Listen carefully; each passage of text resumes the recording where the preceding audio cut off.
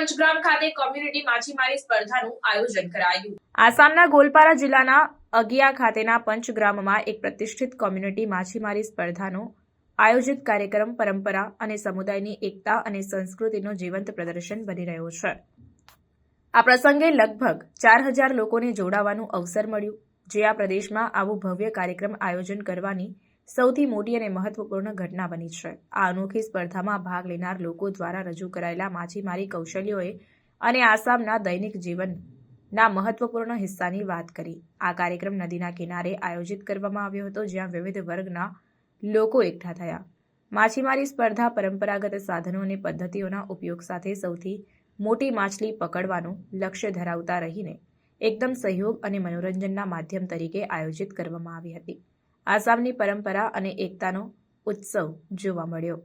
આસામમાં માછીમારી ફક્ત જીવનયાપનનો માધ્યમ નથી, પરંતુ તે રાજ્યની સંસ્કૃતિનો ખૂબ મહત્વપૂર્ણ ભાગ છે। પંચગ્રામમાં આયોજિત આ કોમ્યુનિટી માછીમારી સ્પર્ધા પરંપરા માટે ઉત્સવનો અવસર હતી અને આ સમગ્ર સમુદાયમાં એકતા પેદા કરવાનો પ્રયાસ કર્યો। આ સ્પર્ધામાં વિવિધ વયના લોકો ભાગ લઈ રહ્યા છે, જે પરંપરાગત આ પ્રવૃત્તિ સાથે જોડાતા હતા।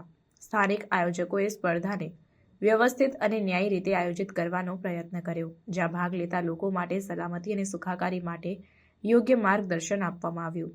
સ્પર્ધાના દર્શકોએ પણ મોટી સંખ્યામાં હાજરી આપી અને આ ઉત્સાહભર્યા પ્રસંગોનો આનંદ માણ્યો। જ્યાં સ્પર્ધામાં માછીમારોનો મહત્વ હતો, ત્યાં સમુદાયની ભાવના અને મનોરંજનના અનોખા મિશ્રણને પ્રદર્શન કરવામાં આવ્યું। આ કાર્યક્રમ એક ઉદાહરણ હતો કે કેવી રીતે પરંપરાઓ સમુદાયને સાથે લાવી શકે છે અને જુદી જુદી ઉંમરના લોકો અને ભિન્ન પૃષ્ઠભૂમિ ધરાવનાર વ્યક્તિઓ વચ્ચે એકતા ઊભી કરી શકે છે। આ સ્પર્ધાની સફળતા ગોલપારા જિલ્લાની મજબૂત સમુદાય ભાવના પર આધાર રાખે છે। આ એ વાતની સાબિતી છે કે આસામમાં પરંપરાઓ કઈ રીતે આજે પણ મજબૂત છે અને તે સૌએ આ પરંપરાઓને જીવંત રાખવા માટે તે આગળ વધાવવાનો પ્રયાસ કર્યો। પંચગ્રામ અગિયા ખાતેની કોમ્યુનિટી માછીમારી સ્પર્ધાએ ભારે સફળતા પામી, જેમાં હજારો લોકો દર્શકો જોડાયા અને સાંસ્કૃતિક ધરોહર અને સમુદાયની ભાવના માટે ઉત્સવ હતો। આ સમયે સમુદાય સાથે જોડાવાની અને પરંપરાની ઉજવણી કરવાનો અનોખો અવસર મળ્યો।